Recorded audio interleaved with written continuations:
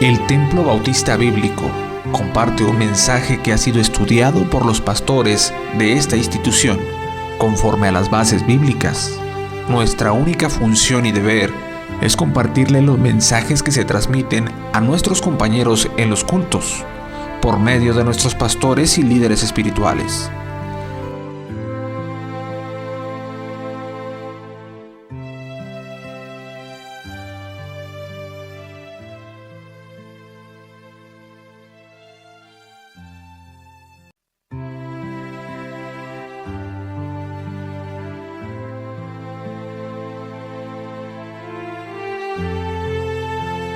El Templo Bautista Bíblico comparte un mensaje que ha sido estudiado por los pastores de esta institución, conforme a las bases bíblicas. Nuestra única función y deber es compartirle los mensajes que se transmiten a nuestros compañeros en los cultos, por medio de nuestros pastores y líderes espirituales. Humanas como lo es la incertidumbre. Y digo la incertidumbre es humana porque con Dios no hay incertidumbre. Él tiene todo bajo control, todo. Pero a uno como ser humano, como nosotros no tenemos todo bajo control, sí nos llega la incertidumbre, los pensamientos, las ideas, ¿qué va a pasar en este año? Siempre cuando estamos iniciando un año, es bueno también voltear hacia atrás y ver lo que Dios hizo el año pasado. Que de entrada, el simple hecho de saber que terminamos un año es una bendición, porque el Señor nos permitió terminar el 2018, con todas las pruebas, con todas las situaciones difíciles, con todos los desafíos, con todos los desaciertos, con todos los sinsabores, así como también con todos los gozos, las alegrías, las bendiciones, las misericordias del Señor, que como bien lo dice su palabra, fueron en el 2018 y serán en el 2019 nuevas cada mañana. Deseo de todo corazón, queridos hermanos, que este año, si el Señor nos permite cumplirlo, vivirlo todo, cada una de las semanas de este año, que sea también un año para la gloria del Señor. Que nosotros, cada uno de los que estamos aquí, y que la iglesia en conjunto, en general, podamos en este año darle todavía más gloria al Señor que lo que le dimos el año pasado. Tendremos tal vez otras 51 oportunidades, si Dios permite que vivamos todo el año, hablando de los domingos que tendremos, otras 51 oportunidades para venir al templo, hacer el esfuerzo de llegar lo más temprano que se pueda, estar aquí desde el primer punto del programa para cantar el primer himno al Señor y darle gloria al Señor a través de esos cantos. Tendremos otras 51 oportunidades, por lo menos el domingo en la mañana, y claro, en la iglesia se multiplican por 3, hablando de los 3 cultos que tenemos todos los domingos.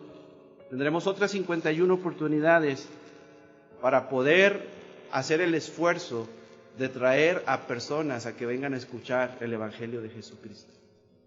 Que si no lo hacemos como iglesia, que si no cumplimos con eso, si no lo hacemos personalmente, entonces ¿de qué se trata la iglesia? Oremos, hermanos, oremos a nuestro Dios para que este año, cada una de las oportunidades que tengamos, no nada más las oportunidades especiales como los días en donde tenemos actividad especial evangelística, dígase la campaña, dígase el día de la familia, dígase el día del amigo, dígase otras actividades que tenemos, sino cada domingo que como iglesia lo veamos como eso, una oportunidad para traer personas para que conozcan a Cristo como su Señor y su Salvador. Y no nada más nosotros, sino también las iglesias y las misiones que se desprenden de nosotros. Con mucho gusto, con mucha alegría puedo decirles que por lo menos en una de las misiones de aquí de la ciudad, en estos cultos de últimos días y primeros de este año, el Señor ha permitido que por lo menos unas 4 personas de las misiones de aquí de la ciudad conocieran a Cristo como su Señor y su Salvador. Y al final de cuentas son una extensión del ministerio del TBB. El fruto de ellos también va a ser tomado en cuenta para nosotros, porque son una misión de nosotros.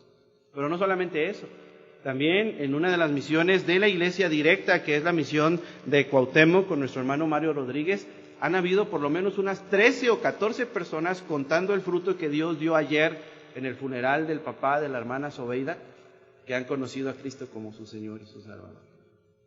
Espero, deseo, anhelo con todo mi corazón que eso sea constante que sean noticias que estemos constantemente dando desde el púlpito. Dios sigue haciendo su obra. Dios sigue salvando personas, porque el que salva es Él. Es Él. Lo que nosotros hacemos es solamente ser instrumentos en sus manos. Que Dios nos ayude, hermanos, en este 2019. Primero acostumbrarnos a escribir 2019, ¿verdad? Porque los que tienen que estar escribiendo fechas constantemente, ya en estos primeros 6 días ya han borrado varias veces el 8 y sobrepuesto el 9, ¿verdad? Si no es que han usado el corrector para corregir eso, pero que nos ayude para aprovechar cada oportunidad que Él nos dé, para darle honra, para darle gloria, para conocerle más, para aprender más de Él y para compartir más de Él. Por favor, hermanos, busquen en su Biblia la primera carta del apóstol Pedro, casi al final de la Escritura, y el último capítulo, primera de Pedro, por favor, capítulo 5. El texto que vamos a estar estudiando principalmente es el versículo 10, pero quiero invitarles a darle lectura a todo el capítulo, si me pueden ayudar, por favor, haciendo un énfasis, centrando nuestra atención al versículo 10. Primera de Pedro, por favor, capítulo 5. Vamos a leer todo el capítulo porque de alguna manera abordaremos algunos puntos de todo el capítulo, pero el sermón está centrado en el versículo 10. ¿Tenemos la porción, hermanos? Ayúdenme a darle lectura a estos versos como acostumbramos a hacerlo alternadamente, comenzando su servidor.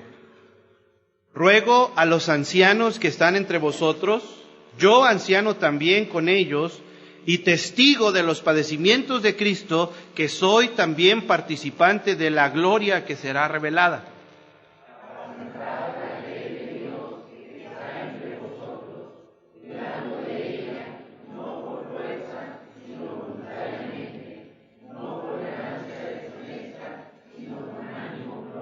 No como teniendo señorío sobre los que están a vuestro cuidado, sino siendo ejemplos de la grey.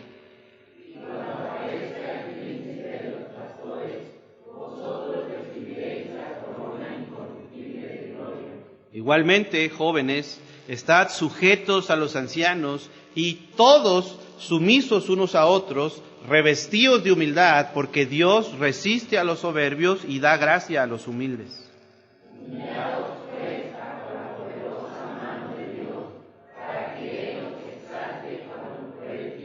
Echando toda vuestra ansiedad sobre Él, porque Él tiene cuidado de vosotros.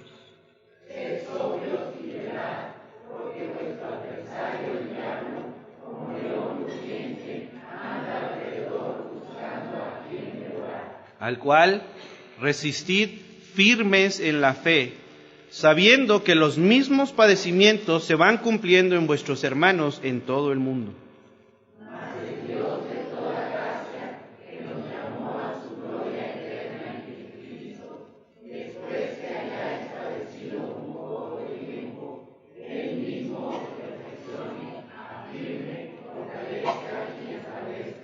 A Él sea la gloria y el imperio por los siglos de los siglos. Amén.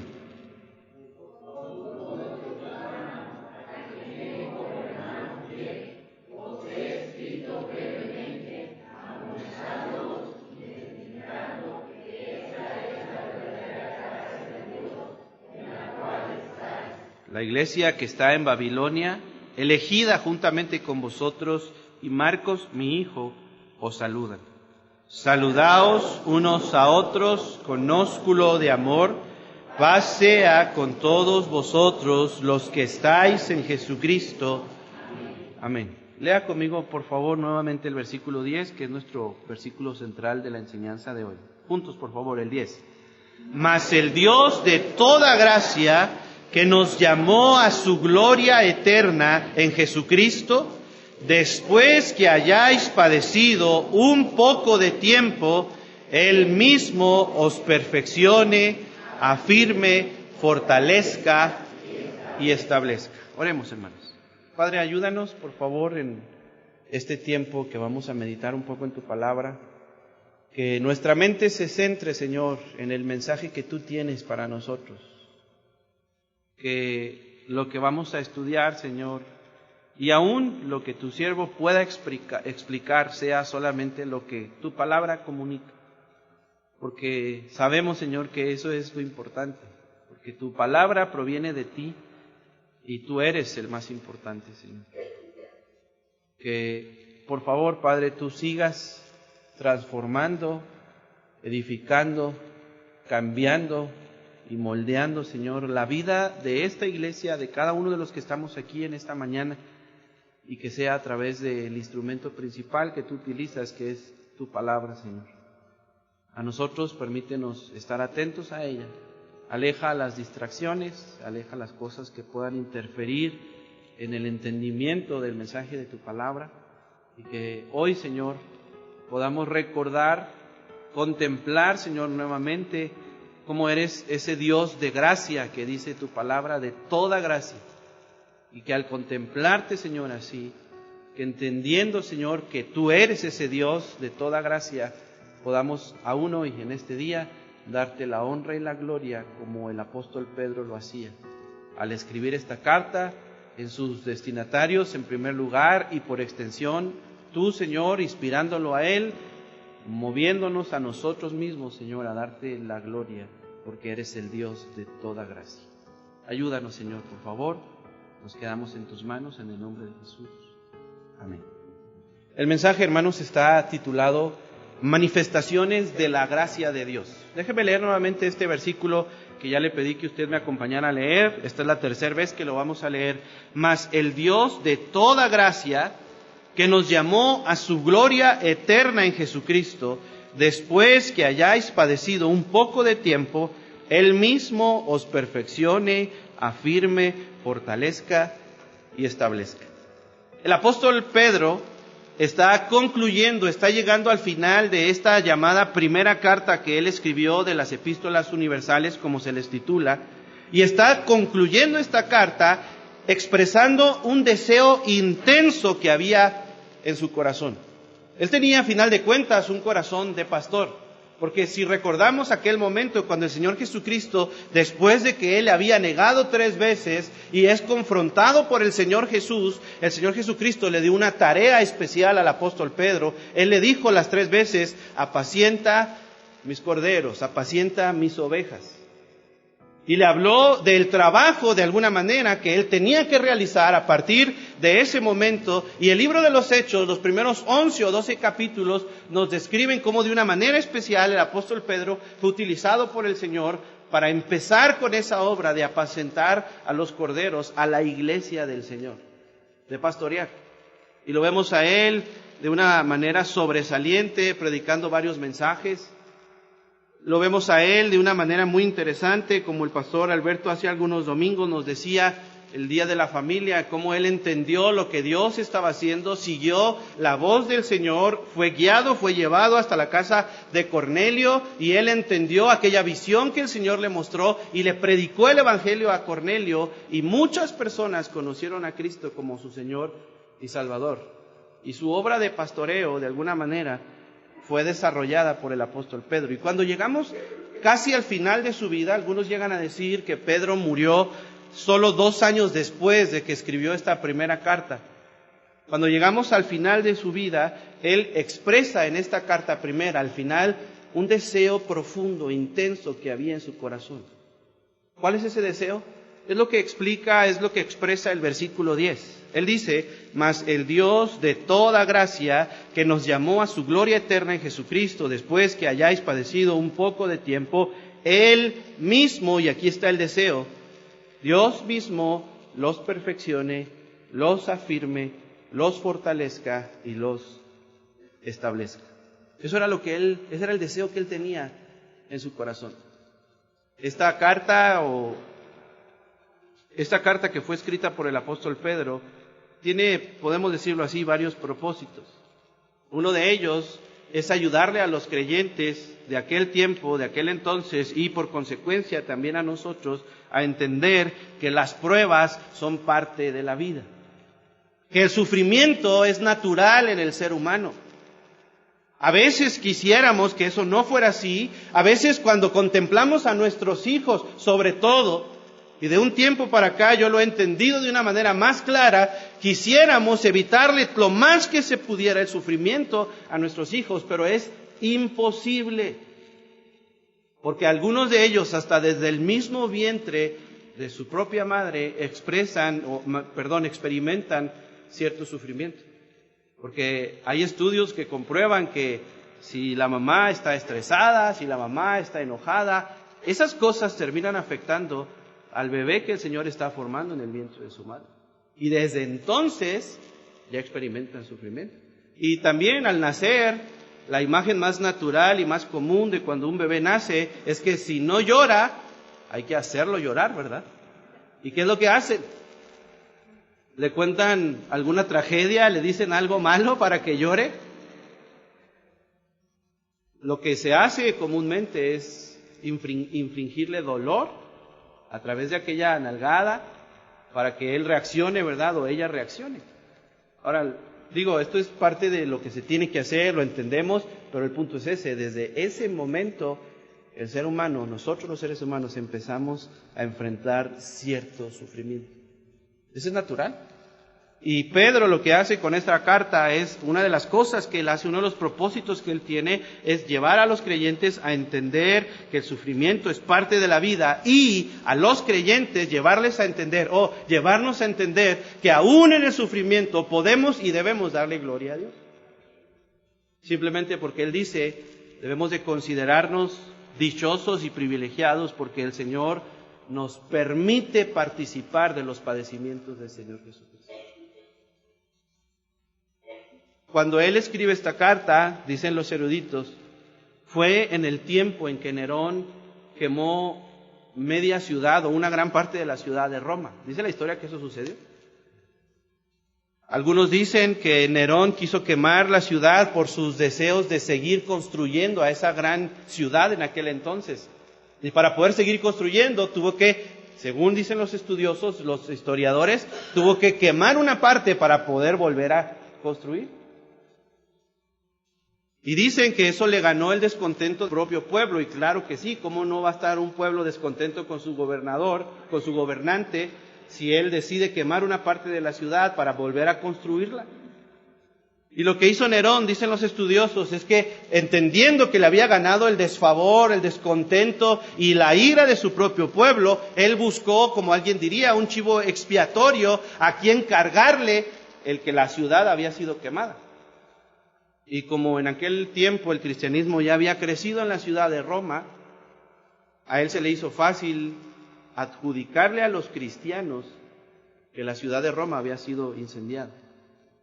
Y entonces eso hizo que el pueblo volviera su enojo, en lugar de en contra del emperador, de Nerón, en contra de los cristianos. Y empezó una terrible persecución hacia los cristianos. Les costaba la vida. Por el pueblo mismo y obviamente por el emperador mismo.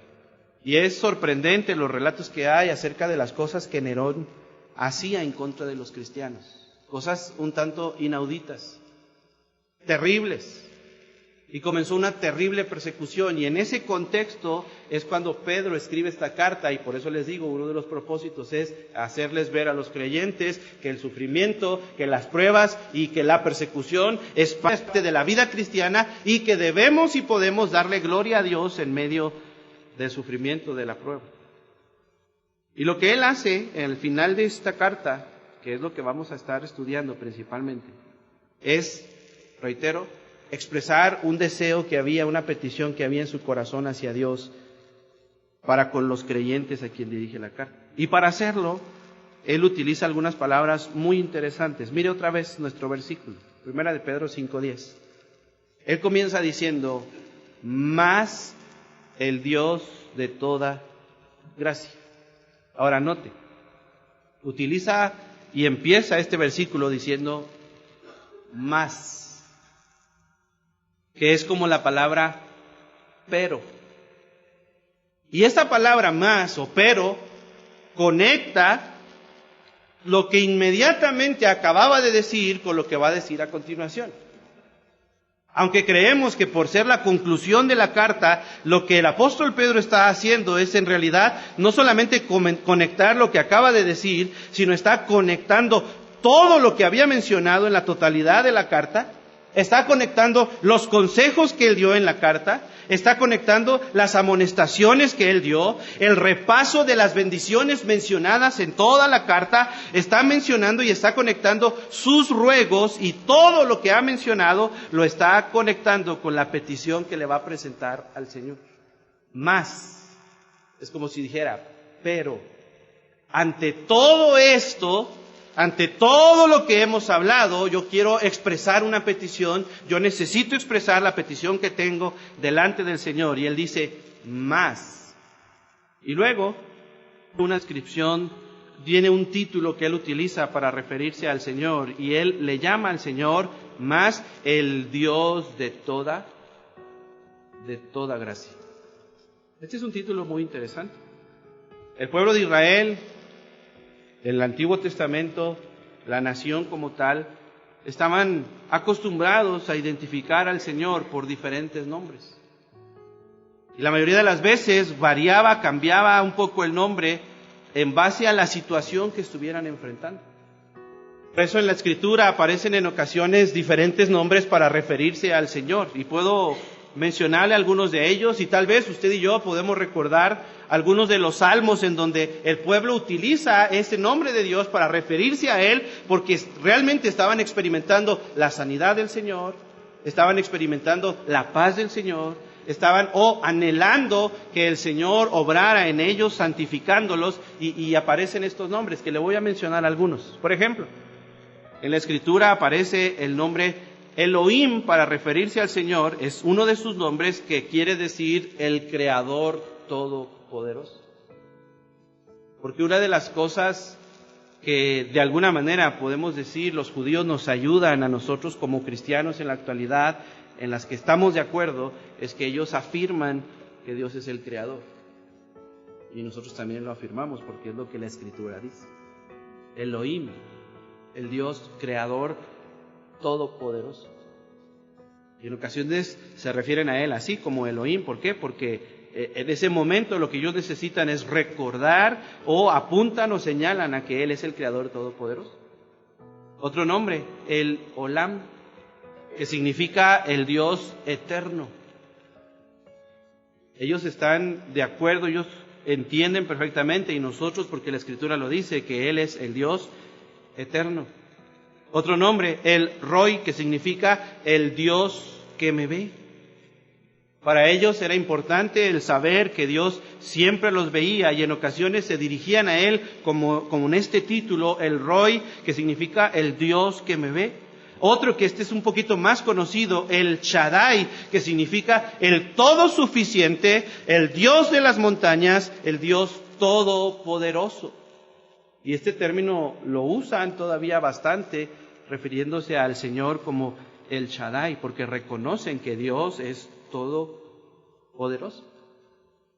Y uno que tal vez pueda a los seres humanos y aún a los creyentes gustarnos más y hasta convenirnos más, es Jehová Jireh, que es el Señor proveerá. Que yo estoy seguro que si nosotros volteamos hacia atrás en este 2018 que ya pasó, podemos decir que vimos a nuestro Dios siendo ese Dios proveedor.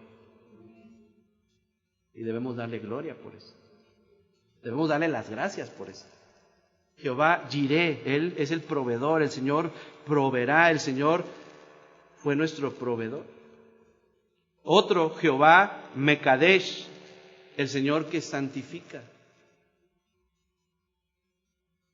Porque quien tomó, hablando particularmente de la nación de Israel, para santificarla fue Dios. Quien escogió a la tribu de Leví para que fuera la tribu sacerdotal fue Dios.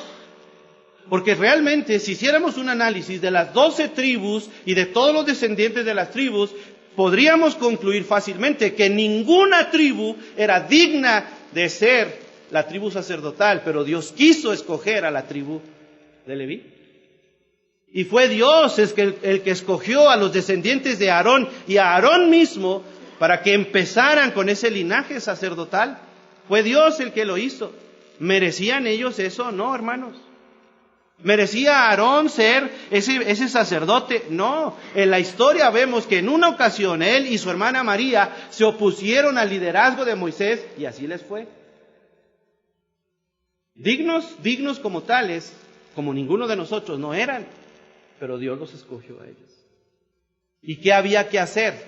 ¿Qué hizo Dios? Bueno, santificó a la nación, santificó a la tribu de Leví, santificó a Aarón y a su descendencia. Y Él actuó en ellos como ese nombre, Jehová Mekadesh, el Señor que santifica. Otro nombre, Jehová Nisi, que significa el Señor es mi bandera o es mi estandarte. A veces en la batalla o ante la batalla les gustaba mucho clamar al Señor así, decirle al Señor, dirigir una oración al Señor así, Jehová Nisi, tú eres nuestra bandera, tú eres nuestro estandarte. Otro, Jehová Rafa, Jehová el Señor sana, es el sanador. Y sabe, damos gracias a Dios porque Él sigue siendo Jehová Rafa. Él sigue siendo Jehová el que sana, Él sigue siendo el Señor que sana.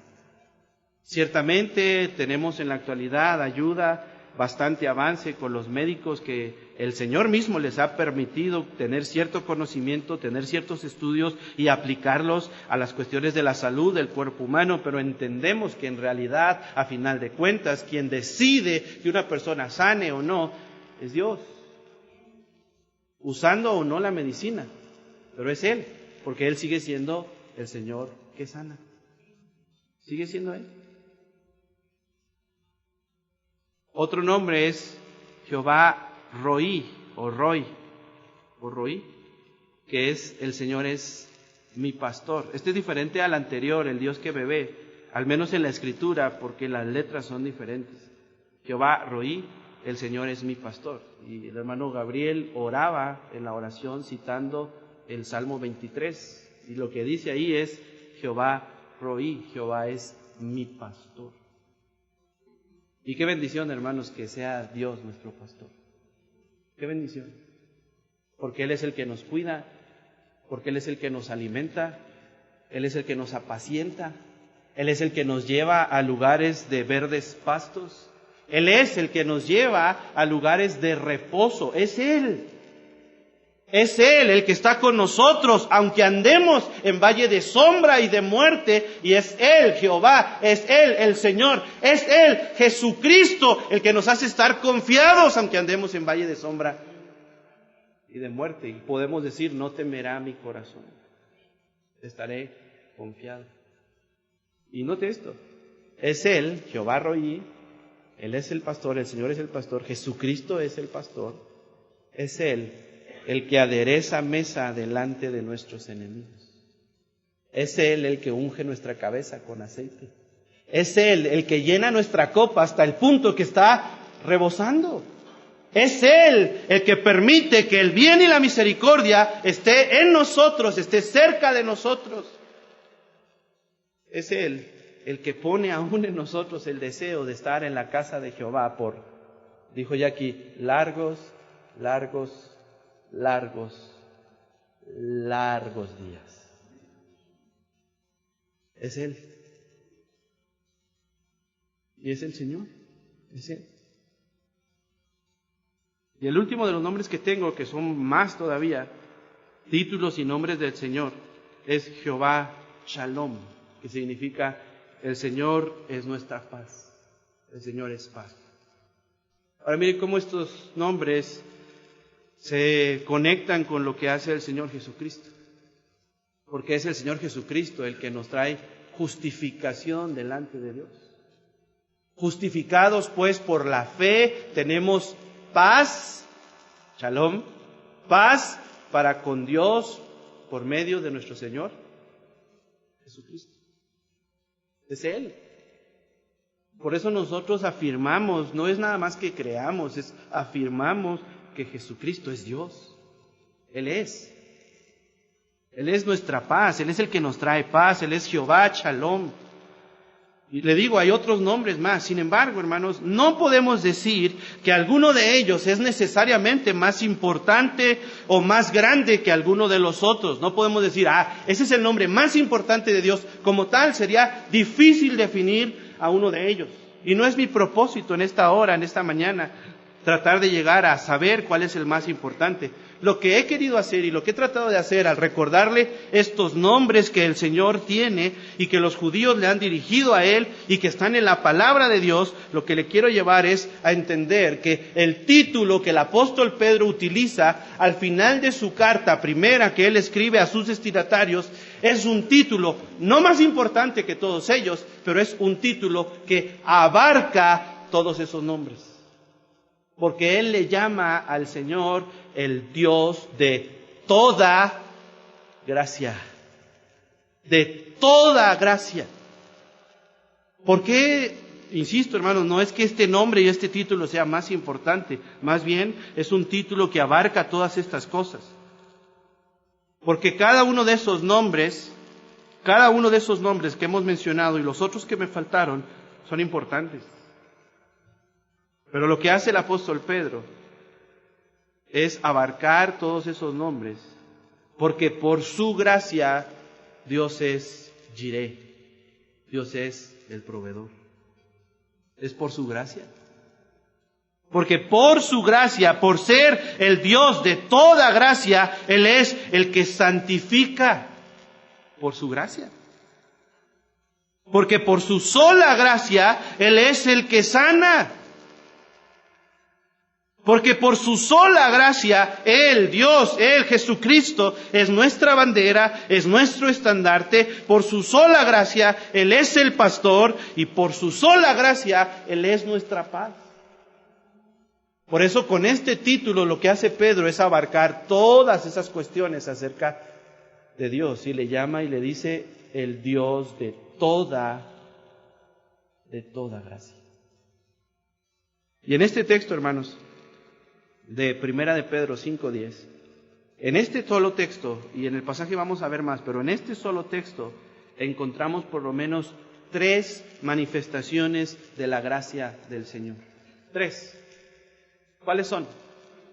Primeramente, y tal vez es no sé si decirlo así, es la más importante o si no la más clara manifestación de la gracia de Dios, es la salvación. Porque la salvación, hermanos, la salvación que una persona puede tener, la salvación que usted, si es un creyente en Jesucristo, tiene, la salvación que su servidor tiene por haber creído en Jesucristo, es solo por la gracia de Dios. Miren lo que dice.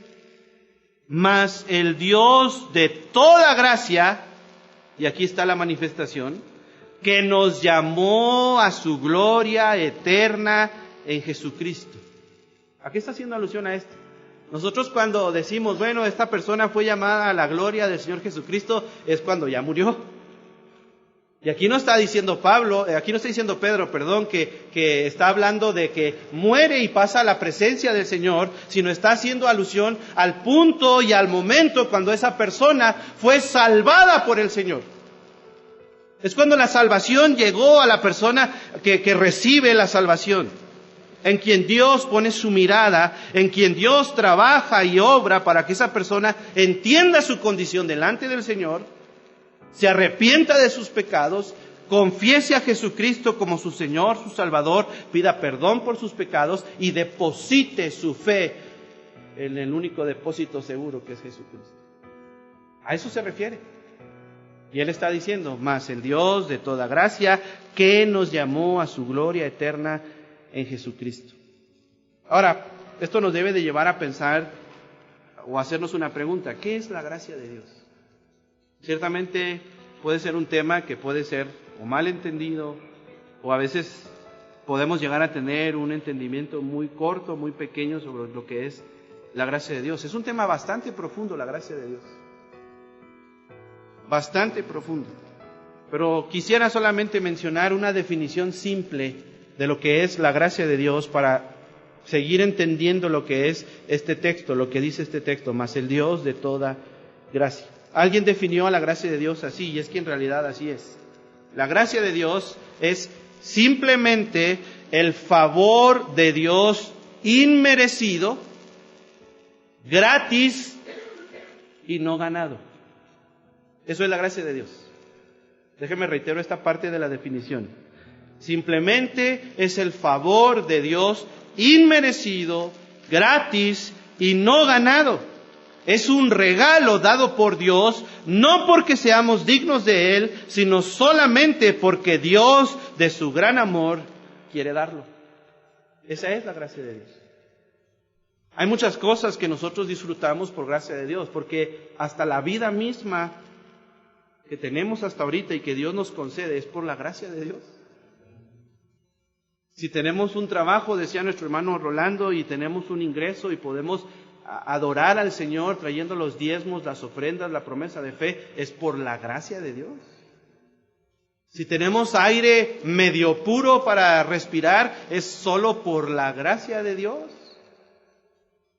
Si tenemos todo lo que Dios nos permite tener, pudiéramos hacer una lista tremenda de todas las cosas que el Señor nos permite tener, es solo por la gracia de Él. Y no lo merecemos. Por eso es gracia. Es algo inmerecido. Es un regalo dado por Dios, no porque seamos dignos de Él, sino solamente porque Dios, de su gran amor, quiere darlo. El aspecto, hermanos, que deja más claro la definición de la gracia es lo que tiene que ver con la salvación. Pedro dice que fue el Dios de toda gracia quien nos llamó a su gloria eterna en Cristo Jesús. Esta es una alusión al llamado de la salvación. Pedro está abordando aquí el tema de la salvación, el llamado a la salvación. Y eso, hermanos, es algo que Dios hace. No es algo que nosotros buscamos. Es algo que Dios genera, porque dice la Escritura, y usted conoce ese pasaje, que no hay quien busque a Dios. No hay justo, ni aun uno. No hay quien entienda, no hay quien busque a Dios, no hay quien haga lo bueno, no hay ni siquiera uno. Y si nosotros, y usted lo ha escuchado muchas veces y hasta de su servidor, si nosotros llegamos a decir que le amamos a Dios, es porque entendemos que Él nos amó a nosotros primero. Y ese llamado a la salvación no es algo que nosotros buscamos, no es algo que nosotros hacemos, es algo que Dios genera, y la Biblia aclara, y usted conoce el texto, que es por gracia, porque por gracia sois salvos, por gracia. Por eso Pedro, cuando escribe al final de su carta, mas el Dios de toda gracia, empieza a enumerar algunas de las cosas que son manifestaciones de la gracia de Dios. Y una de ellas es la salvación. ¿Qué más? No nada más la salvación es una manifestación de la gracia de Dios, sino también la duración de las pruebas es una manifestación de la gracia de Dios. ¿Qué dice este texto? Regrese por favor conmigo ahí. Mas el Dios de toda gracia que nos llamó, ahora note esto, nos llamó a su gloria, ¿qué dice, hermanos? No, recuérdelo, eterna. ¿Ha escuchado la frase forever and ever? Eterna, para siempre. Nos llamó a su gloria eterna en Jesucristo, y luego dice, después que hayáis padecido, ¿y qué dice, hermanos? Un poco de tiempo. Él mismo os perfeccione, afirme, fortalezca y establezca. Esto puede sonar un tanto paradójico, como las pruebas y la duración de las pruebas son una manifestación de la gracia de Dios, pero así es. Podemos sacar varios textos, podemos recordar varios pasajes de la Escritura que nos dicen que las pruebas no son eternas. Las pruebas no son eternas, la única prueba eterna es la del infierno, y esa no es una prueba, esa es la condenación. Pero las pruebas que vivimos en este mundo, en esta tierra, no son eternas. Porque aun cuando una persona que ha creído en Cristo, nótelo, eso hace la enorme diferencia, una persona que ha creído en Cristo pueda estar enfrentando una de las terribles enfermedades que aquejan a la humanidad en la actualidad, aunque la esté enfrentando por mucho tiempo, aún esa prueba, sean 15 años, sean 20 años, sean 50 años, aún esa prueba tiene un límite cuando Dios dice, basta. Cuando Dios dice, hasta aquí, y llama a esa persona a su gloria eterna. Eterna. Y viene ese momento cuando dice la Escritura que Dios limpia las lágrimas de aquella persona. Cuando Dios, figuradamente podemos decirlo así, lo toma en su regazo, lo abraza y le dice, ya, tranquilo, tranquila, ya estás aquí. Ya estás conmigo. Que no importa si fueron 10 años, no importa si fueron 30, se acaban. Tienen un límite. Por eso aún las pruebas y la duración de las pruebas es una manifestación de la gracia del Señor. Y segunda manera en que podemos ver que la duración de las pruebas es una manifestación de la gracia de Dios, es precisamente que el Señor compara la gloria eterna con Cristo y compara las pruebas, y realmente, como Pablo lo llegó a decir, es una leve tribulación momentánea comparado con la gloria con Cristo. Por eso es una manifestación también de su gracia. Porque, hermanos, cuando estamos en medio de la prueba, en ocasiones hasta para eso Dios permite que estemos ahí, vemos más claramente la mano del Señor con nosotros. Sentimos y experimentamos la mano del Señor en nuestra vida cuando estamos en medio de la prueba. Porque las pruebas y su duración son una manifestación de la gracia de Dios. Y tercero y último, y aquí ya más directamente la petición que Pedro hace, otra manifestación de la gracia de Dios es la obra de Dios en el creyente. Lo que Dios hace en el creyente. ¿Qué es lo que Él está pidiendo? Mire otra vez nuestro versículo. Mas el Dios de toda gracia, que nos llamó a su gloria eterna en Jesucristo, después que hayáis padecido un poco de tiempo, dice Pedro, Él mismo, Dios, os perfeccione, afirme, fortalezca y establezca. Hermanos, el único que puede perfeccionarnos es Dios. Hermanos, el único que puede afirmarnos es Dios. Hermanos, el único que puede darnos fortaleza a través de los medios que Él quiera utilizar, sea a través de su palabra, sea a través de alguna predicación, sea a través de algún canto, sea a través de algún himno, sea a través de lo que sea, el único que puede realmente animarnos y fortalecernos es Dios. Y el único que puede afirmarnos y establecernos es Dios. Y sabe, Él lo hace. Esa es la obra que Dios hace en el creyente. Él nos perfecciona. Hay alguien que estaba muy convencido de esto, lo entendía perfectamente y él llegó a expresarlo así: aquel que comenzó la buena obra entre vosotros la perfeccionará hasta el día de Jesucristo. El que comenzó en vosotros la buena obra. ¿Cuándo será ese día, el día de Jesucristo? No lo sabemos. Dios lo tiene ya designado para cada uno de nosotros, el día en que Él nos va, o que venga por nosotros o nos llame a su presencia. Ese es el día. ¿Cuándo? No sé. Lo que sí sé es que la Escritura me dice que Dios está perfeccionándome hasta ese día. Y qué bueno. Qué bueno, porque yo necesito seguir siendo perfeccionado. Lo necesito. Lo necesito. La obra que Él hace tiene 4 aspectos. Es perfeccionar, que Dios nos perfeccione. Ahora, ¿cómo lo hace el Señor? No podemos pasar por alto esta frase, hermanos. Dice el apóstol Pedro, Él mismo, Dios, el Dios que nos llamó, el Dios de toda gracia, el que nos ha dado la salvación, el que le ha puesto un límite a la prueba, un límite al sufrimiento, un límite al dolor, ese Dios, que sea Él el que nos primero perfeccione. ¿Cómo? ¿Sabe cómo de alguna manera el Señor nos está perfeccionando? Ponga un separador, por favor, aquí en Primera de Pedro. Y acompáñeme a Efesios. Estamos ya terminando. Capítulo 4.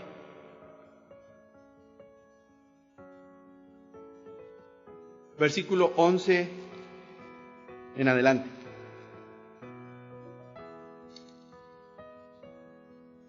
Efesios 4, versículos 11 en adelante. Y Él mismo, dice la Escritura. Por cierto, es el Dios de toda gracia, Él mismo. Por cierto, es el que nos llamó a la gloria eterna en Jesucristo. Por cierto, es Jehová Nisi, Jehová Makadesh, Jehová Rafa, Jehová Shalom y todos los nombres que ya hemos dicho. Él mismo. Es Jesucristo mismo. Y Él mismo constituyó a unos apóstoles, a otros profetas, a otros evangelistas, a otros pastores y maestros. ¿Y qué dice el 2, hermanos? A fin de perfeccionar a los santos para la obra del ministerio, para la edificación del cuerpo de Cristo.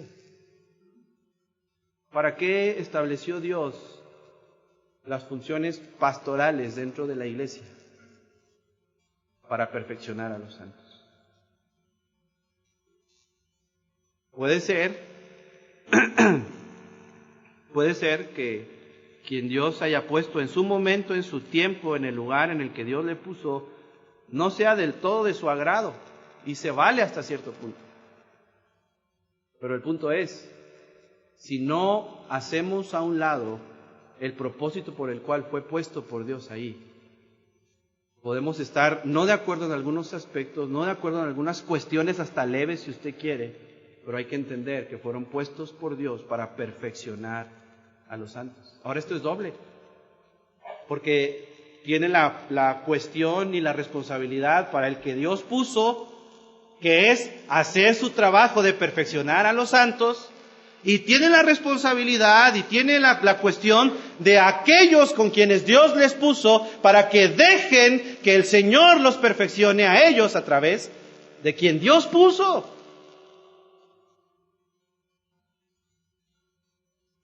¿Qué sería, hermanos, de las iglesias si no estuvieran los pastores? Ahora, yo sé que la función pastoral es una función muy difícil, lo sé, por experiencia ya de 10 años. Yo lo sé. Yo sé que fallamos los pastores en muchas cosas, yo lo sé, yo estoy consciente de todo eso. Pero a final de cuentas, cuando un pastor trata de hacer su trabajo como Dios pide que se haga, con sus limitaciones, con sus luchas, con sus pruebas, si Él está perfeccionando a los santos, Dios prospera eso. Dios lo prospera. Pero para prosperarlo y para que funcione, los que deben de ser perfeccionados tienen que dejarse ser perfeccionados. Y nótelo, es por Dios a través de, porque no es uno. Por eso cuando yo veo, con mucho respeto digo esto, cuando yo veo la inmensidad de lo que implica el TBB, yo le doy gracias a Dios por lo que Dios ha hecho con el hermano Garner. No es cualquier cosa. No lo es. No lo es. Y lo que Dios ha hecho con esa pareja que tenemos aquí todavía por la gracia del Señor es sorprendente, es maravilloso. Y debemos darle gracias a Dios. Y escuche, hermano, escuche, yo nunca en mi vida he querido ser ni sonar adulador, ni mucho menos. Lo que yo trato de hacer cuando menciono algo así, porque lo he llegado a hacer unas 2 o 3 veces, lo que yo trato de hacer es simplemente reconocer lo que es. Al que tributo, tributo, al que respeto, respeto, al que honra, honra. Casi 50 años de ministerio, en este año ya lo cumplen. 50 años de ministerio no es cualquier cosa. Y yo ruego al Señor que Él, Dios, permita que ellos sigan siendo instrumentos para perfeccionar a los santos. Porque aunque estemos en ese proceso y en todo lo que implica el cambio y todo lo que esto implica, las cosas que ellos ya no pueden realizar, mientras los tengamos aquí, que sean instrumento de Dios para perfeccionar a los santos. Esa es mi oración. Ese es mi ruego al Señor. Porque Dios utiliza a sus siervos para perfeccionar a los santos.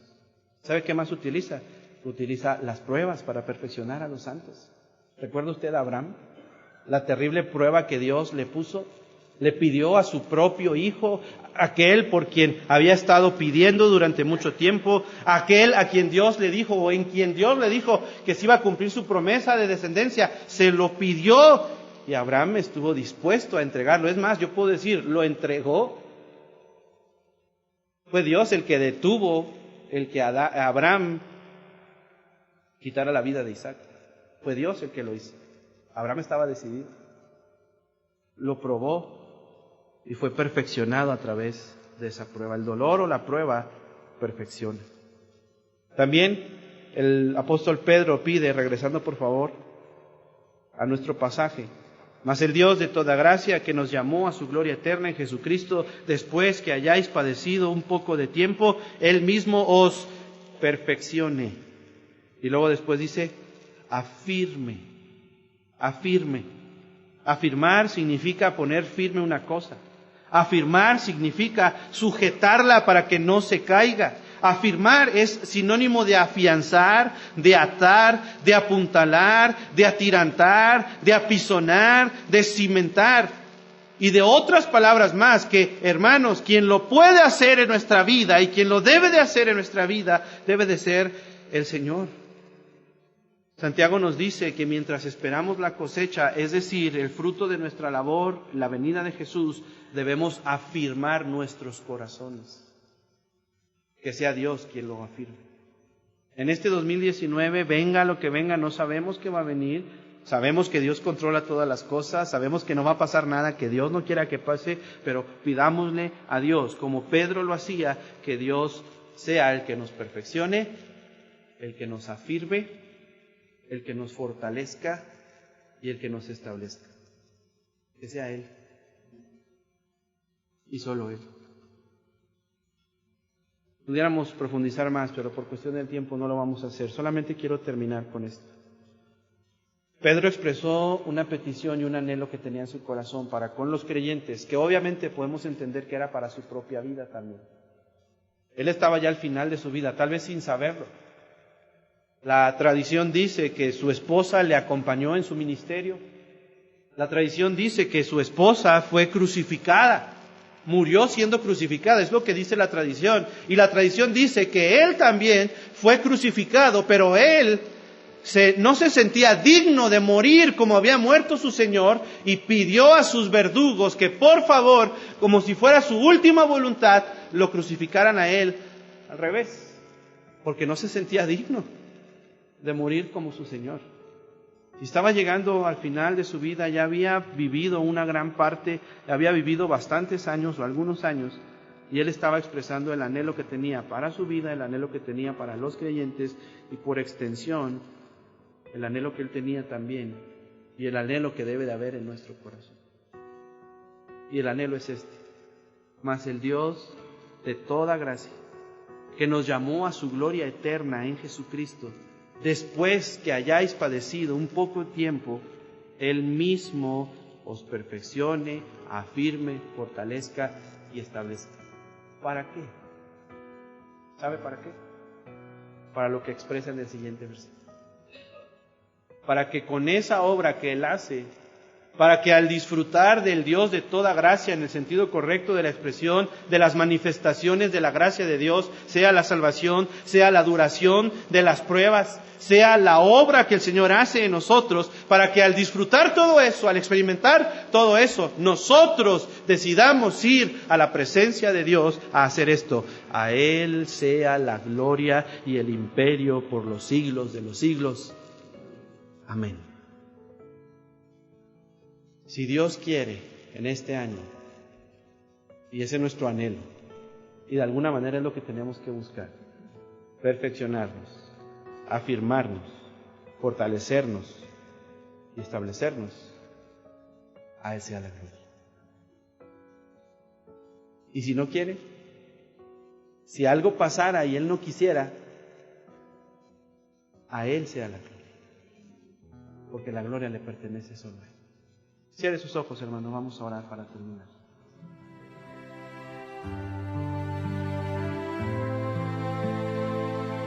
El Templo Bautista Bíblico, con sede en la ciudad de Chihuahua, lo invita a que acuda a nuestros cultos todos los domingos, a que escuche la palabra y obtenga la salvación conforme a la gracia de Dios y a las Escrituras. Nuestro domicilio es en la colonia Los Frailes, en la calle José María Iglesias, esquina con Fresno. Ellos dijeron: cree en el Señor Jesucristo y serás salvo, tú y tu casa. Hechos 16:31.